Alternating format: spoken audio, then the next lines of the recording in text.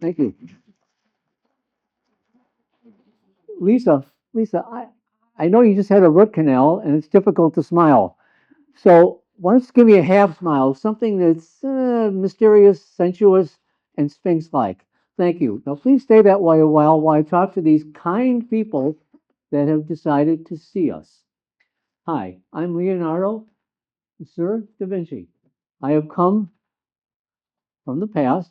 My spirit has come alive to tell you about my life and my many accomplishments in art, architectural, and analytical. Can you hear me okay? And analytical designs, also mechanical engineering, painting, sculpting, drafting, math, and civil and military engineering designs. Many people think I am the embodiment and the perfect example of the ideal Renaissance man, in that I was the embodiment of a new wave of thinking, a new resurgence of thinking in the late 500 years ago in northern Italy. I was born out of wedlock on April 15th, 1452, in Ancione, Tuscany, close to Vinci, 18 miles from Florence. My dad, Sir Piero, was a attorney, landlord, and notary. My mom, Katrina, was a peasant girl. Can I have the lights down a little bit? I'm sorry. I have to interrupt this. I never wanted it this time. Is that better? Thank you. I'm sorry to interrupt you. Katrina, she was a peasant girl. My parents never married. So later on, my mom would marry a artist. My dad would marry four times. So I was raised by my dad and my stepmom on my dad's family estate for 5 years until Uncle Francesco took me to his place in Vinci, and there I lived alongside my 9 half brothers and 3 half sisters for 10 years and was considered a legitimate child. There I picked up a lot of social skills that would make me very amiable and agreeable to be with. This is where I grew up, visited today, and at a young age, I painted a shield and decorated with dead animal parts. It smelled, but people liked it. Having and I had the typical education of the day, and at age 15, showing some talent in art, I was apprenticed to leading Florentine painter Andrea del Verrocchio. And with him, I was a garzon or a studio boy. I helped my master paint background scenery and minor characters in my master's paintings. And in a studio, I worked with others and learned a lot of trade secrets, like how to proportions, mechanical and technical skills, drafting, sketching, drawing, all the arts along with others. I made my first painting at age 20, the Annunciation, which shows my trademark style. It goes in a circular way with a hazy background with rectangles here, with strong geometric shapes as well. This was by my mom, actually. At age 20 in 1472, at the same age, I was accepted into the Guild of St. Luke's for doctors and artists to learn a trade to be part of a profession. And in 1475, when I was 23, I helped my master paint the baptism of Christ at this angel to the left here. My master, so the myth goes, was so impressed by this and was so humbled, he put down his paintbrush never to paint again. However, I declined guild membership and instead became an independent master, working on technical mechanical skills and other arts in my master's workshop. I was independent. I got my first commission at age 29 in 1481 uh, for the Church of San Donato in Florence for the Adoration of the Magi, a large 8-foot wood panel they wanted me to paint. And I got this sketch done. You can see the strong rectangular shapes. You see how the lines go, like how I set it up? And I got halfway done with it, but I didn't complete it. So is incomplete art finished? No, it's just incomplete. It's not art, really. And this is what I had a problem in my life about actually finishing things. because of my procrastination, deterioration of walls, for murals, wars, regime changes, and in this case, I wanted to work for him, the Duke of Milan, Ludovico Sforza, in 1482 when I was 30. He was up in Milan, and I wanted him to be my patron. Actually, Sforza was a strong man, as he had a fiefdom, and he needed a military engineer. He wanted to have control of his area. So I sent him a resume. I could make portable bridges, have special vehicles for assault, have cannons, and can tunnel underneath castle walls. It worked, and I was with him then and accepted into his Castello Sforzesco, which you can visit today in Milan. It's a walled fortress where a couple hundred of us were there. On the outskirts of this were places where you could farm and blacksmith shops, cloth makers, wheelwrights, people, canneries, people working with horses. There were warring city-states at the time. That's why this was an enclave like this. Actually, I was entranced by Sforza's court as he was patron to many other sophisticated people and artists of the time. In the royal register of the household, I was listed as an engineer and a painter as he was my patron. And I was also in charge of medieval festivals that he would have, these court festivals. I was in charge of making costumes and developing scenery, kind of like the man behind the scene, glad handing people, making sure things went right like a master of ceremonies. And I was highly esteemed. I was not a threat because I didn't hit up on the women of the court. And I was more like an entertainer. And for the wedding of Gian Sforza and Isabella at the Feast of Paradise, I made this automata called the Mask of the Planets, where if you twirl this clockwise, this wand, all the planets would revolve around Earth, which was our known universe at the time, or a geocentric view of it. I also, a larger version would be like this. I also made this self-propelled cart. Actually, a boy would sit on this cart from behind a curtain. And when that happened, we would wind up the gears, and the cart would come out on its own, and the boy would steer it with this, come out about 10 or 12 yards, all to the delight of the people in the court. And the potential energy became kinetic energy because of these gears. I'd also show people models of what I was doing in the court, and they were all fascinated by it. I was like the Merlin of the court, and people just loved what I had to say and do. I was with them for 17 years and had made 6 paintings. One of them was the Virgin of the Rocks, which goes again in a circular fashion. This is the Virgin Mary highlighting her baby son, Jesus, who's blessing baby St. John the Baptist. And one of my trademark signatures on this was something popular during the day. It was called sfumato, which is the blending of a dark, hazy background in the background with her hair. See, I believe in kingdom come, and all the colors bleed into one. Let me show you more about sfumato with my portrait of Ginevra Davinci. The hair goes into the background where the foreground is highlighted, but the background isn't. This gives it a moody, ethereal quality to the painting, and this was popular at the time. Sfumato, fum in Latin means smoke or haze. And also velatura, which is a glazing technique in a painting where a thin, transparent layer of paint is applied over a dried layer. It highlights the figures. You can also do this on walls. It's very much like a veneer. And this is me. And in 1482, when I was 30, the Sforza clan wanted me to create the world's largest equestrian statue made of bronze in honor of their founding father, Francesco Sforza. And I had the idea of the horse rearing up on his back legs with his front hoofs in the air. And I would study horses. Here's my drawings of them with thick necks and muscles. And I made a 16-foot clay model of this. And it was displayed at a wedding for Emperor Maximilian.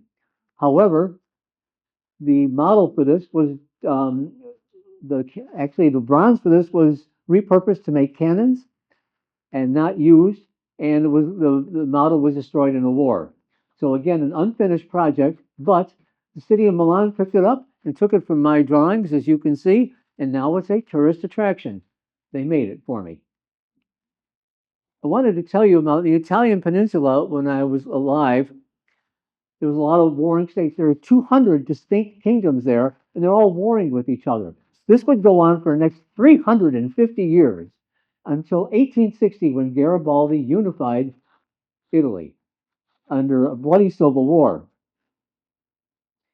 Since then, Italy has had many different kind of governments, and because of that, it's considered a weak power because they didn't get their act together for the longest time.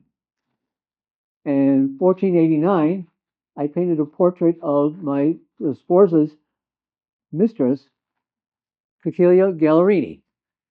It's called Lady with an Ermine. And this shows a couple characteristics of what I would do. She's at a three-quarter turn to us, but her head is turned to the right and her body is turned to the left, which shows movement. Also, this is Kurosawa, strong contrast of light to create depth. And her eyes are fixated on Sforza, which shows loyalty. And I captured her beauty and natural way of being in a subtle, graceful way, as you can see. Polish princes owned this painting in the past and 220 years ago and painted it black, which is why it's this way. People also don't know that I also painted, well, Ermine with an Ermine, dogs playing poker, and a velvet Elvis. I made my masterpiece, The Last Supper, from 1495 to 1498 in the Dominican monastery dining room of Santa Maria delle Grazie in Milan. And these are my drawings for it, the sketches for it, which shows the disciples. But it was a popular painting at the day. Having this kind of painting was popular because nuns and priests would like to eat in front of a replica of something like this going on. So it was a very good thing to have in those days for these kind of monasteries. These are my sketches for it, and the layout of it is that you put at least 50 rectangles in this because it's all math. And instead of painting it in fresco style, which means painting it on fresh plaster that's wet, I waited till the plaster waited till the plaster dried so I could take my time making the painting rather than doing it while it's wet. It's called a fresco secco when it's dry, and I use an organic binder for my pigments. The Last Supper is 15 feet by 29, and it's in a triangle short shaped way along with a light sfumato in the background. And I put a nail in the center and put strings here to make basically all points go to a vanishing point. It's a linear perspective drawing. It comes in like a focus right toward you. I also made all these horizontal line in terms of these disciples' heads are all on the same line except one, which is Judas, which is the one that betrays him. So it's called a linear perspective drawing. And it also concerns the golden ratio. That means with the length, height, and width of not only the painting, but the people in the painting, that there's a relationship between the art and math. For the math, I use the Fibonacci sequence that I combined it right in. That means 3 and 5 is 8. 8 divided by 5 is 1.6.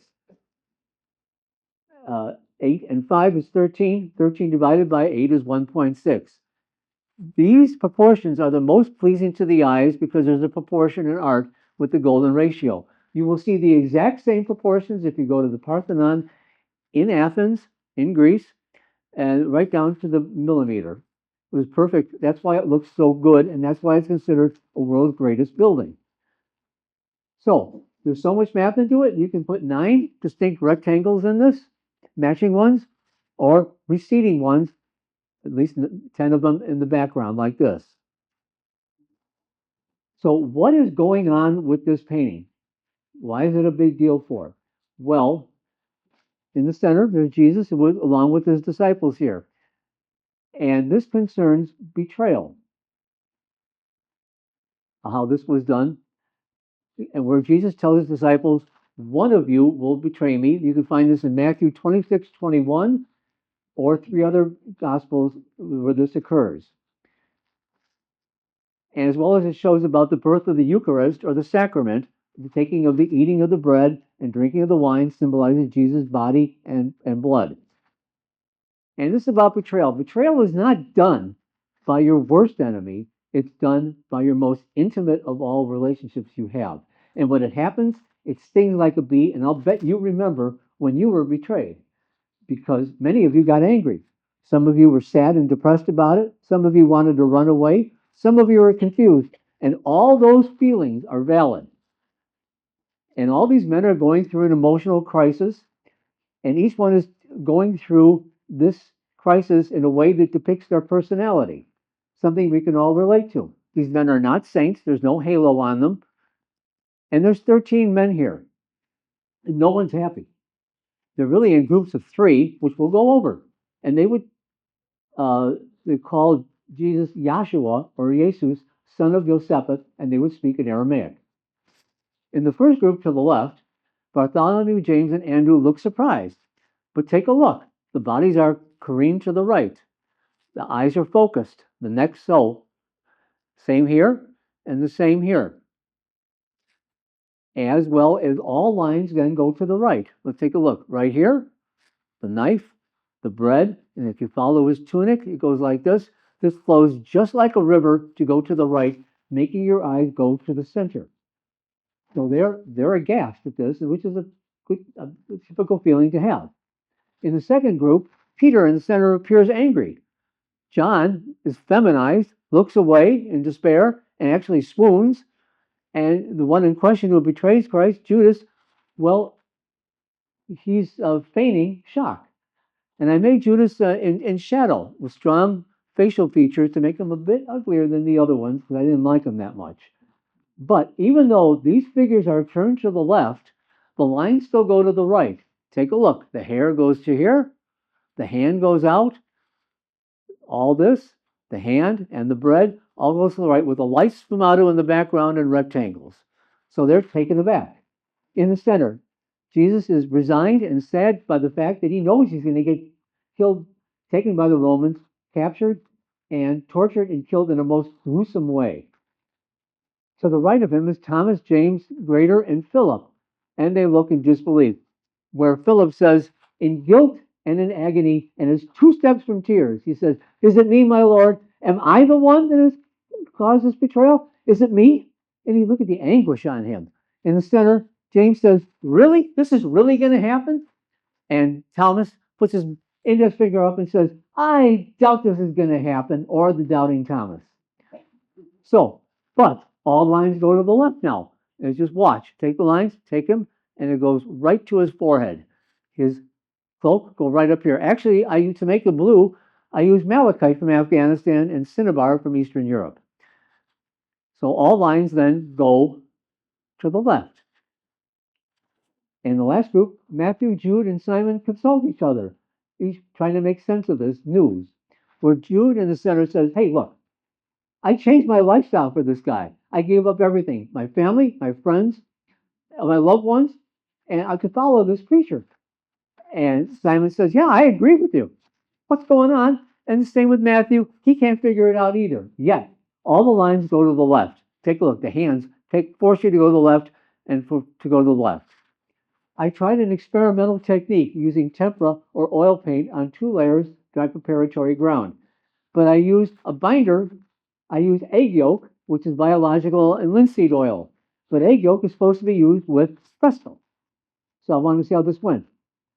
Also, you can make triangular lines out to infinity with this. And there's 10 of them here. In a triangle way, also in a square here. Sforza's shields are up here, coat of arms. In today's world, 30 visitors can visit it for 15 minutes, and it plays out just like a medieval movie.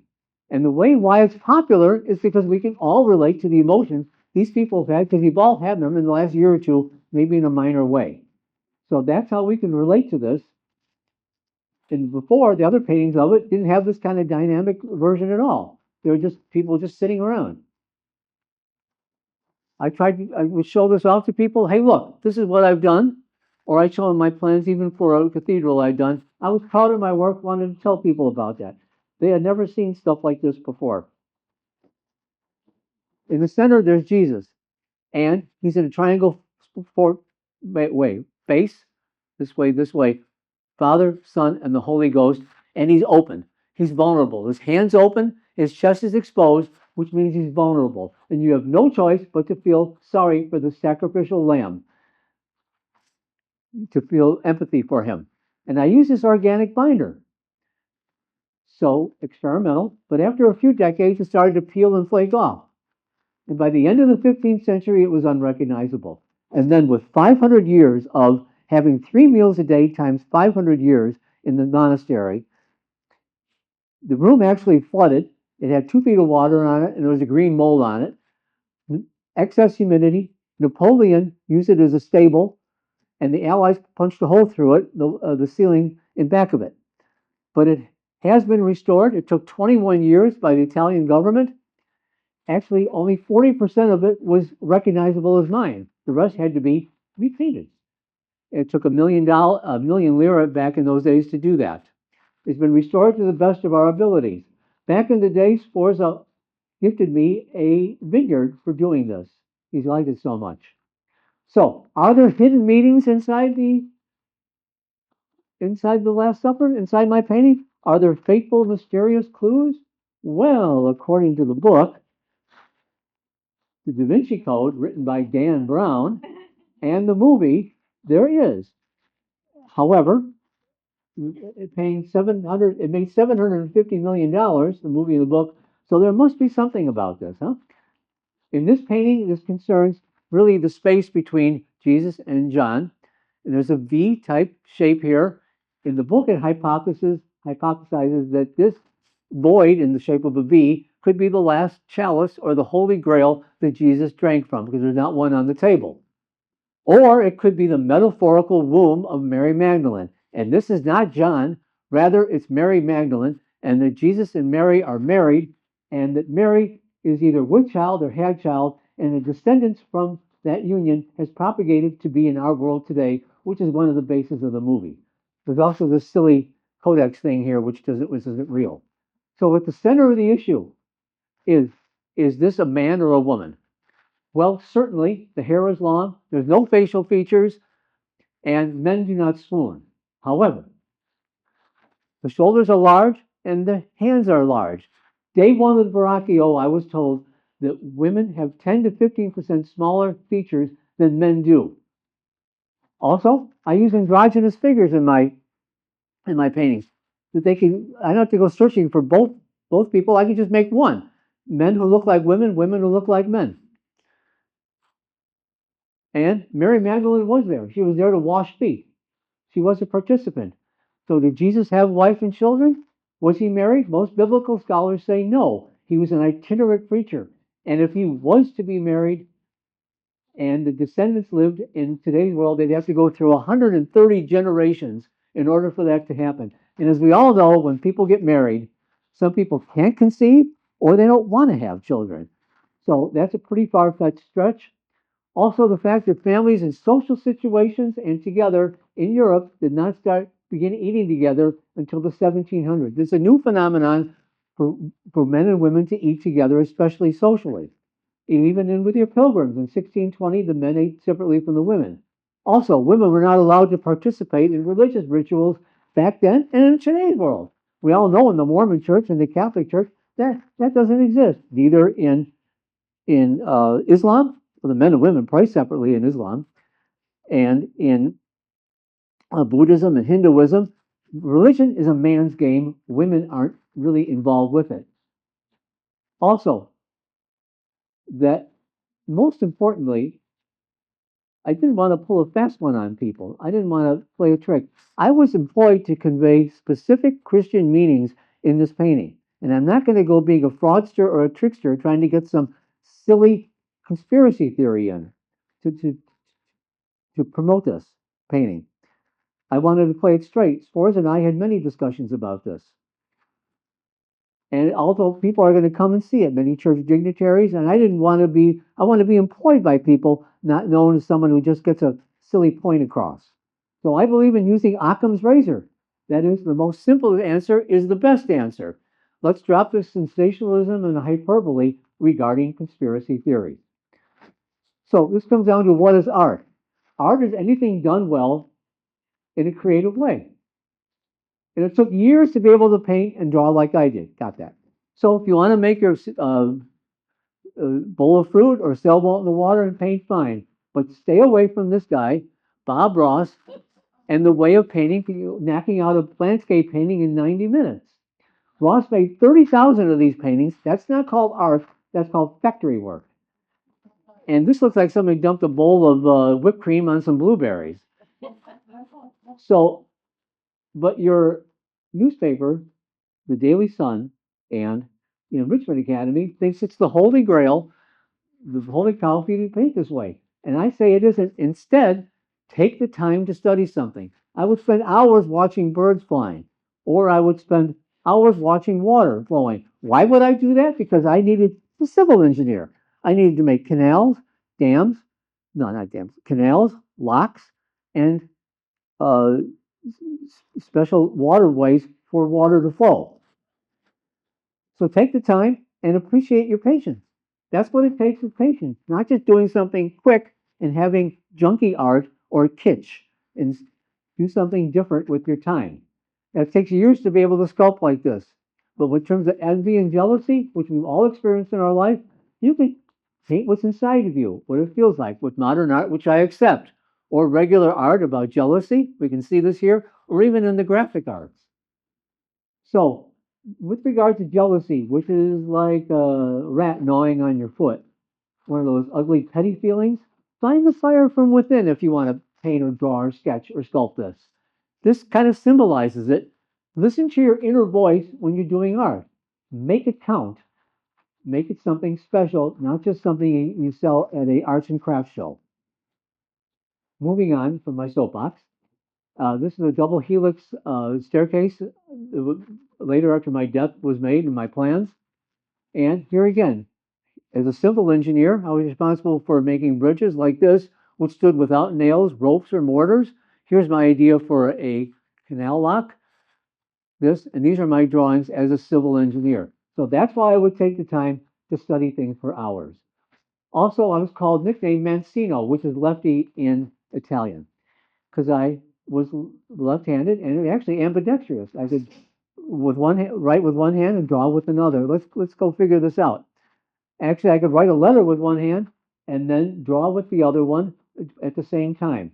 I also used mirror handwriting when I wrote.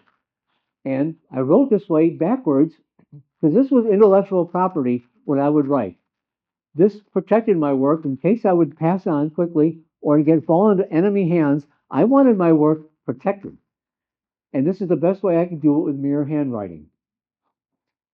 Not, and also the Inquisition was going on at this time, but we go on to 1820. I didn't want the Catholic Church to have anything to do with what I do, with what I did, and neither did you. Would you like your notes looked at by the Catholic Church? Well, obviously not. So that's why I wrote this way. These are some of my drawings, which we'll get into. Not only was I a vegetarian, I was also a homosexual man.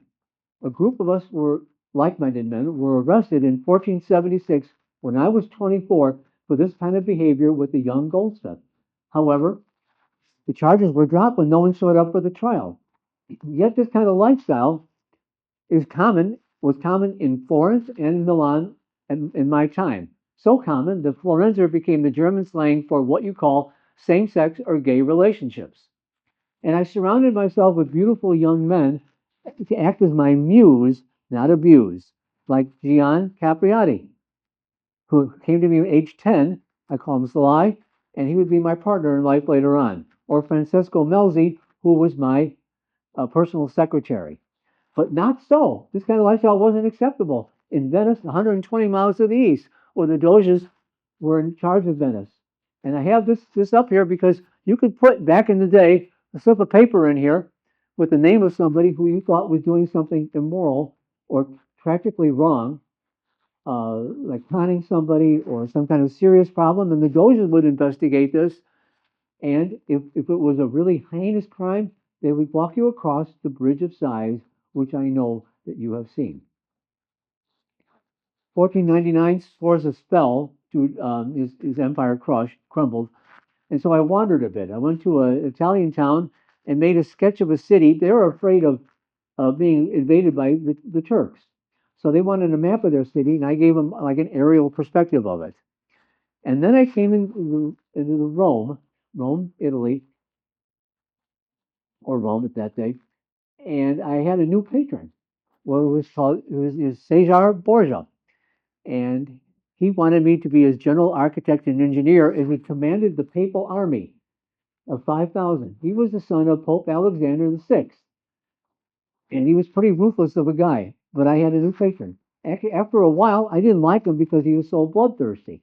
However, in his company, he had a man named Niccolo Machiavelli, who wrote a book about Borgia called The Prince, which is how you get the term Machiavellian. Also, there was an influential monk at that time, Savonarola. He advocated, with a lot of followers behind him, that people should put away their material possessions and to get closer to God, which makes sense to anybody. And he wanted people to burn their religious, their artifacts, their art, their clothes, their jewelry to get closer to God. And this is how you get the term bonfire of the vanities. 1503 was my second Florentine adventure. When I came, I made plans, sketches and plans to fix the Arno River. So with a series of canals that would lead more into the Mediterranean for trade purposes. Also, at this time, I got an influential commission to paint the Battle of Angahari. This was between Milan and Florence for the control of the northern Italy about 20 years ago. And I drew sketches of this. It was a giant wall in a monastery about 23 feet tall and 68 feet long. Well, the wall deteriorated because it was so big and they couldn't make it right. Later on, it was painted in roughly my style 100 years later, which is in a triangle fashion, clockwise. You see the horses on the back of the hoofs going up, and very dramatic with a hazy background. So this did not occur either. So this is me doing my work. And in 1503, a successful Florentine merchant, Francesco Gioconda, who was a silk and cloth merchant, wanted me to paint a portrait of his wife, Lisa. Her name was Lisa del Giocondo, or Gherardini was her maiden name. She was 24 years old and had 5 kids. And he wanted me to paint this portrait of her. Well, of course, he could afford it. And actually, the painting is very small. Many of you have seen it. It's only 30 inches in height by 21. Made it on poplar wood and with my trademark styles that you guys know about now. Sfumato in the background, hazy background, roads going to nowhere. She's in a 3/4 turn and in the shape of a triangle, base this way, this way. So here I am painting her, which is what you caught me doing when we first met. And she has perfect symmetry. The golden ratio is basically used in this. We can make 30 triangles inside of her and a dozen quadrilaterals. She has perfect symmetry. That's one reason why she's famous. Another reason why is because of her smile. She has a mysterious sphinx-like smile which shows contentment, and you're always wondering what she's thinking. She's also famous for being stolen in the Louvre. In 1911, a Louvre employee stole her for 2 years. It was thought that Picasso and his friend Apollinaire took it, but not so. It was later recovered. So Mona Lisa, or My Lady Lisa, is now at the Louvre. She is the world's most famous painting. She's worth $2.5 billion, is a national treasure, and the room that she's in is consistently crowded, continuously. She gets 7 million visitors a year. And actually, she has her own mailbox that you can write to her at. She gets fan mail, love letters, poems, jewelry, and yes, marriage proposals. So, of course, if you were to marry her, you'd end up having a lot of hang-ups and end up getting framed. Actually, I took her into France with me. She's considered an unfinished work, and I kept her with me all the time. And no, she's not a portrait of me. She is Lisa. What do I have in common with Picasso? A lot. We both were talented at an early age. We both impressed our masters so much and finished their paintings early on that they didn't want to paint again. And also, Picasso influenced modern art for the last 7 generations with his abstract art that he made with Matisse in 1910 in Paris, and me with my more natural style that people can relate to for generations by influence. There's all statues of me, but more importantly was Michelangelo. Of course I knew him. He was my contemporary. I was 20 years older than him. His real name was Michelangelo di Ludovico Buonarroti Simoni. And we were in competition in those days. There was a competition. Florence was very competitive with art in those days. So we worked on a salon together. He was much different than me, though I liked his work and he liked mine. He was more of a prickly personality, a bit tortured, intense, more of a loner. And when he painted the Sistine Chapel, it took him 4 years to do, almost crippling himself on scaffolding and almost going blind. Me, on the other hand, I was easygoing, laid back, and had a lot of unfinished work. When I was 26 in 1478, and for the next 41 years, I would fill multiple notebooks with sketches, ideas, and innovations of my life. Specifically, I'd write about 2 or 3 pages a day, with each page being a different idea. This would go on for decades. Like this, the flight of birds in 1505. I would write in mirror handwriting in Italian and have pictures on the side. Some other things, some other notebooks were different, which we'll get into. But there are between 4,000 to 13,000 pages. The account is not exactly known. And I would work on mechanical ideas as well as anatomy, which I wanted to show you. Here I am drawing, like with the skull. I'd see the outside of it, but I'd go inside and take a look at the sinuses, cavities, and everything else of a skull. So these are analytical drawings that I backed up with writing. Actually, after my death, Melcy became my executor of my estate. Thank you. And after he died, his family sold it. Who picked this up was Pompeo Leone, an Italian sculptor. He was a collector and curator of my works. And he put them in binders, what they're called codexes, or volumes of work. There's at least 20 of them, plus individual papers. And one of them, they're called codexes again. Codex are notebooks. One of them was the Codex Atlanticus, which is over 1,100 pages of my notes in atlas-sized pages, drawings. They'd have my drawings and notes in them. These are very famous. They would concern math, music, weaponry, and botany. These are some of my drawings. Mainly, they concern a lot of wheels and how to operate them with gears and things like that, along with the Archimedes screw, which was invented back a long time ago. But we had to be able to get water up to be able to irrigate fields as well as give villages water. Also, I made weaponry, like this giant crossbow that was operated by 3 men. It would shoot flaming rocks and bombs. These are ideas for it that I had. Or the idea of something flying like a helicopter. But my ideas did not influence anything in today's world, because my ideas, my notes were kept in private collections for hundreds of years.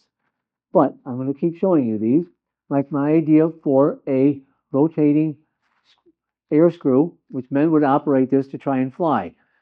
The parabolic sail is fascinating, but this would not fly. It would be too heavy. But these are my ideas for some of these things, as well as the Windsor collection that King Charles owns.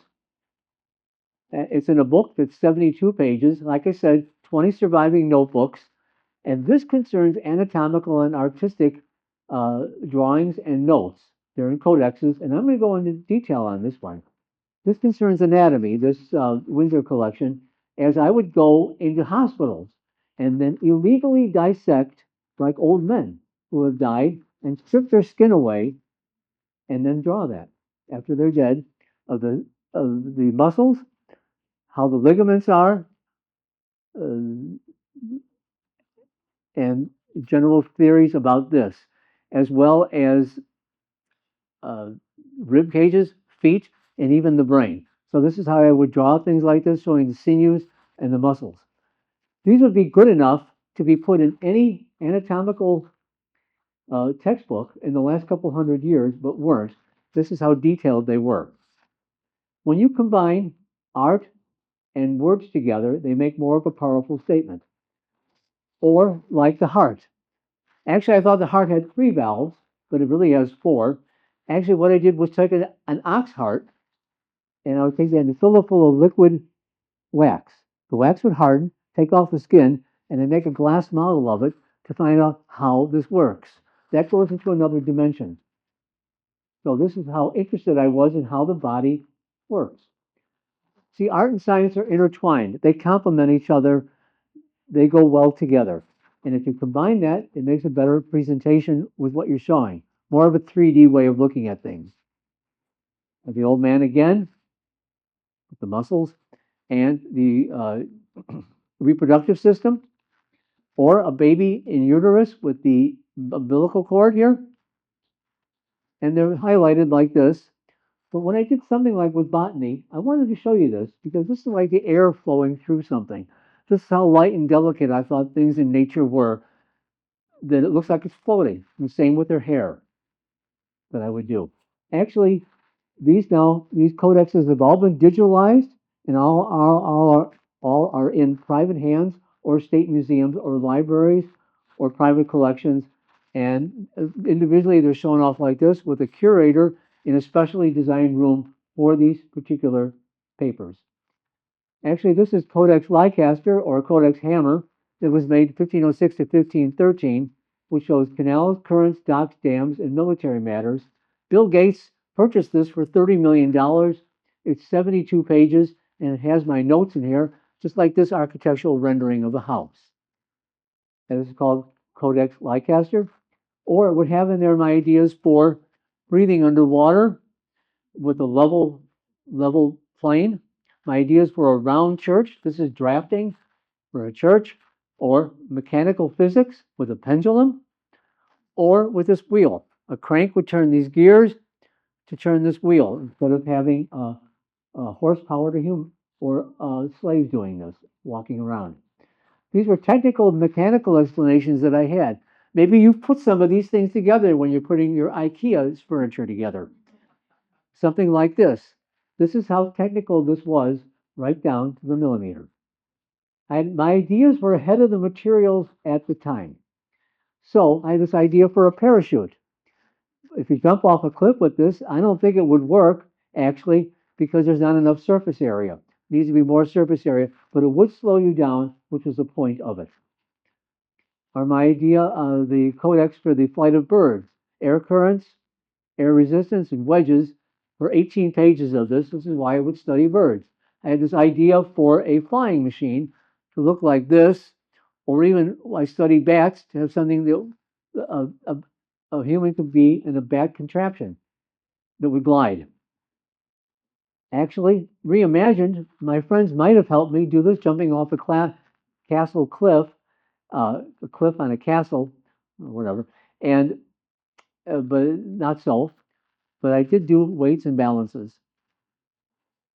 So the Codex Arundel had 238 sheets, made from 1480 to 1518. Math, optics, Euclidean geometry, armaments, and military matters.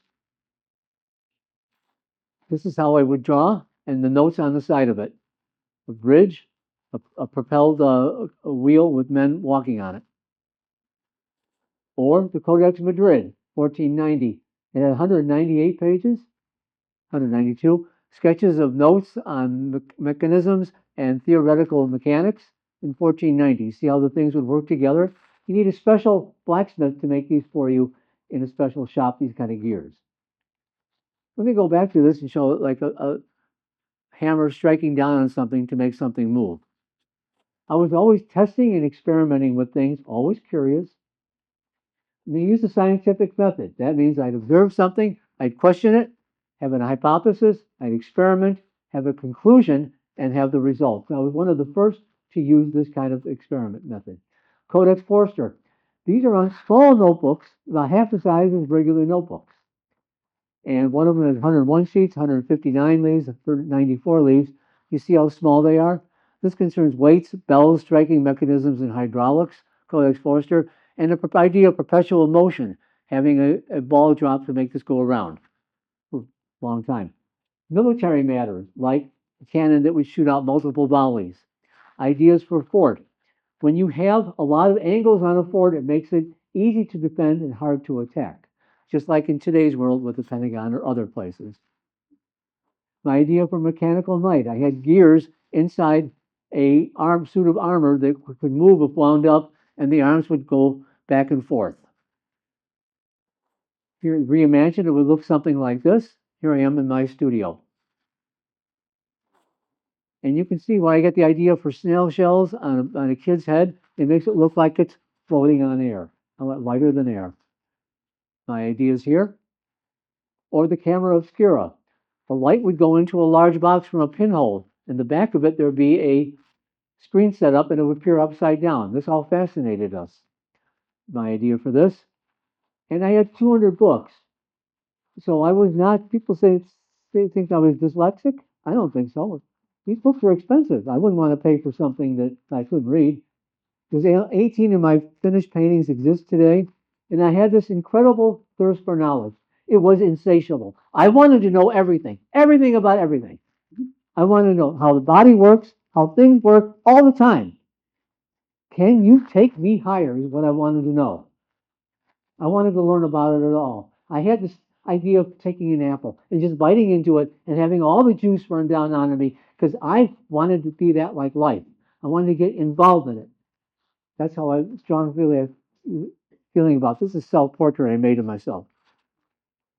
I had this idea for a artillery spear that could be shot, or the idea for a tank, which had cannons on the side of it. Here, I showed it to Sforza. Here I am. He wanted a military guy. He got one. Well, here's my idea for a tank with my drawing, and the inside of it with wheels here, or men inside of it making it move with cannons shooting anywhere you want to. You'd be protected and you could harm at the same time. That's an interesting idea, protection and harm at the same time. Or my idea for a catapult. Or my idea for a ship with a huge claw on it that would claw at other ships and destroy them. Or my idea for with a contraption drawn by horses that would have blades on them, much like Ben-Hur did. Actually, I got these ideas from a military architect, Morano Tecola, who lived at the same time I did. There were military engineers in my time in every single country: France, Britain, Germany, Portugal, Belgium, in England. All had to have military engineers because you just don't want to have just men running at each other in a war with swords and shields. You need some advantage. You have an advantage, then you win. That's why we were employed. So I took his ideas, but he's not famous for doing this because he didn't leave any notes for it. Well, if you don't leave any notes, then you don't know how it works. You don't know how to build it. You don't know how to take care of it, nor do you know how to make it in 3D, real life.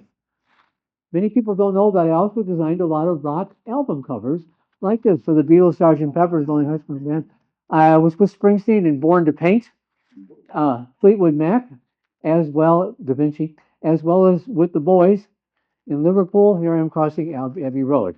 And I wanted to recommend the most kick-butt rock group in the world. This group will really rock your socks off. That's right, the Carpenters. With the iconic chick pickup line, "Why do birds suddenly appear every time you are near?" So, 1490, I got involved in doing something. Remember I said the Renaissance was a rebirth of knowledge?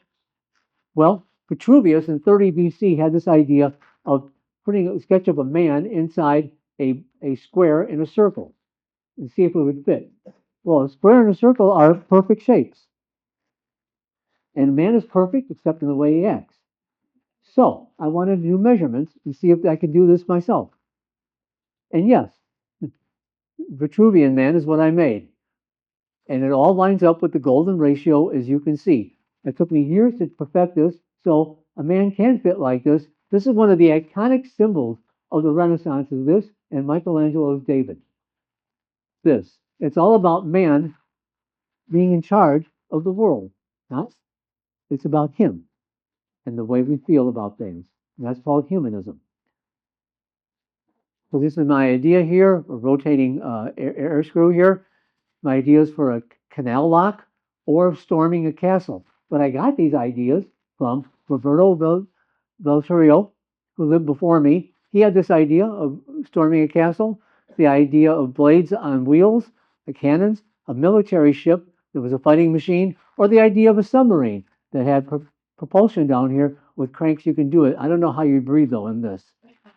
As well as Vitruvian Man was being worked on by Francesco Martini. So I took some of the ideas that people had but I put notes with them on how they work. I had a new master, a new patron, though, when I would turn 63 in 1515. He was Francis I and lived off in Paris. So, in order to see him and to be with him, I had to move.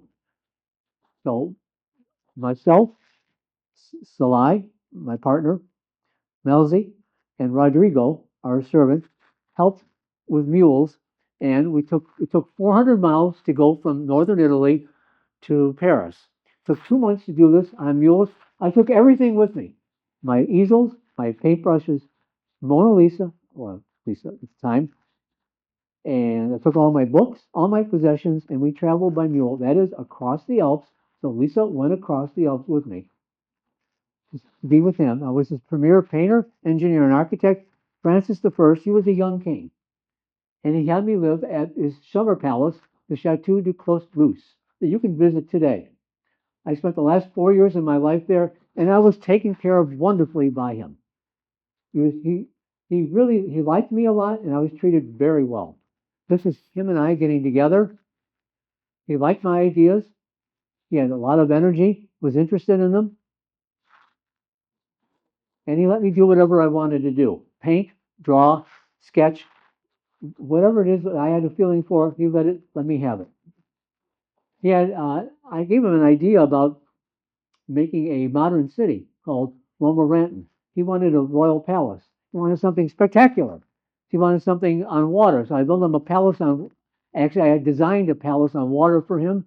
I designed. Uh, I redirected rivers and circulated. Had windmills on it for energy, and had animal stables, cobble streets, and prefabricated homes for an entire modern city. This was never built, but this was my idea for him. Also, I was into perfume. See, it was really hard to take a bath back in those days. Imagine that. You have to get water from some stream, bring it into your house, heat it up, take a bath, and then get rid of the water. So instead, we just use perfume. It covers up everything. So I would take some flowers and extract the scents from them, and then special decanters that rich people can wear. This is how I work. This is my room in Close Loose. You can see my style of painting in a triangle fashion, sfumato in the background with geometric figures. Same here. This is where I work. You can visit this today. And I'd be a liar if I told you that I was happy in those my later years, because I wasn't. I was running out of energy. I was sad and depressed because I couldn't get back to the things I left behind. Do we have that feeling? It's called regret. All of us have that at some point in our lives about something, especially in older age. I just couldn't get back to it. You can visit Close Loose. This is my bedroom. Actually, this is something drew me. This is the way I looked, and I played the lyra here. This is the way I would dress with a beard like this. And what is this doing on here? Teenage Mutant Ninja Turtle. Well, they are named after Florence Renaissance artists. Myself, Michelangelo, Raphael, and Donatello. Actually, Donatello influenced Verrocchio, and Raphael was influenced by me. But instead of having these cartoon characters, tell kids who would watch these kind of cartoons, tell them instead what we did. But that probably won't get through to a 10-year-old. So instead, tell them about the ninja thing. Have them go to beginning karate or beginning taekwondo and have them learn that instead of watching cartoons. Or tell them what the Davinci word is made out of. My name is used for a probe that will visit Venus in a few years. Davinci School in Dallas. Robotic surgery. Davinci robotic. One here in the villages. And robotic software. Let's stay away from the 3 C's in our society of conspiracy theories, cartoons, and junky art or crappy art. Let's stay away from that. Let's move on. At Close Loose, you can also see my idea for artillery weapons, a water wheel, a paddle boat, my idea for underwater that was designed for the tank. Kids can actually play on this out in Close Loose. It's a family adventure to go there. Or my idea for the cart that I told you about way back. The self-propelled cart, or my idea for a flying machine. The propulsion is good to flap the wings. This would be too heavy and the air resistance is not right. But it's a wonderful idea. Or my idea of a mechanical lion or walking on water, displacing water with these kind of ideas. Or you can go to Davinci museums. There's a number of them around the world. This is a 100% interactive museum where you can actually turn the gears that I designed, or make the models I designed, or use software to make a paddle boat here, and you can get involved with it at a level that you can understand. And there's three of them in Italy, one in Milan, one in Florence, excuse me, and then there's one in Belgium. There's also a traveling exhibit that goes around. This is in the Henry Ford Museum. It's there right now. They have 65 inventions of mine and 20 of my fine art studies. These are some of the things that I designed, the tank and other things. These are traveling exhibits that go around the country as well as go around other places in Europe, etc. I died in the year 1515 in May at 67 years old. I died of complications following a stroke. I died in the arms of Francis I. It's very touching because he cared for me. I liked him a lot, like my son. My last words were, I have offended God and mankind by doing so little with my life. I am buried here in a chapel at Close Loose. I directed my own funeral, had ideas for it, and here it is right here. They just found my DNA on one of my, in modern day life, a portrait I've done of the Holy Child where you toss and I used my fingers, so they found my skin on it and they're able to trace my ancestry back to the Tuscan region that I grew up in. What goes around comes around to today's world. So that's me, Leonardo da Vinci, the ultimate Renaissance man, artist, inventor, genius, and a man for all seasons. And thank you so much for. Thank you. Thank you so much for coming. I can't wait to get out of these pantyhose. Uh, so, if you want to see Titanic, come on tomorrow, 1 o'clock at Bridgeport. Jack Dawson will tell you all about how the Titanic sank then. There's other slides I want to show you. If you have any questions, you can always ask me. Whatever you want to do. And the exposed is yours to be with, and thanks for coming. Thank you. You're welcome. Hope you like it.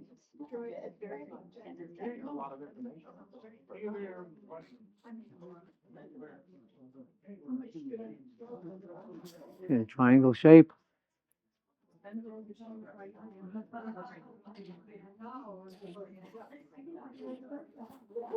did you do in your former life before you were a villager? Homeschooled my kids. Homeschooled them. Uh-huh. Oh. I went to grade school 3 times. Thanks for coming.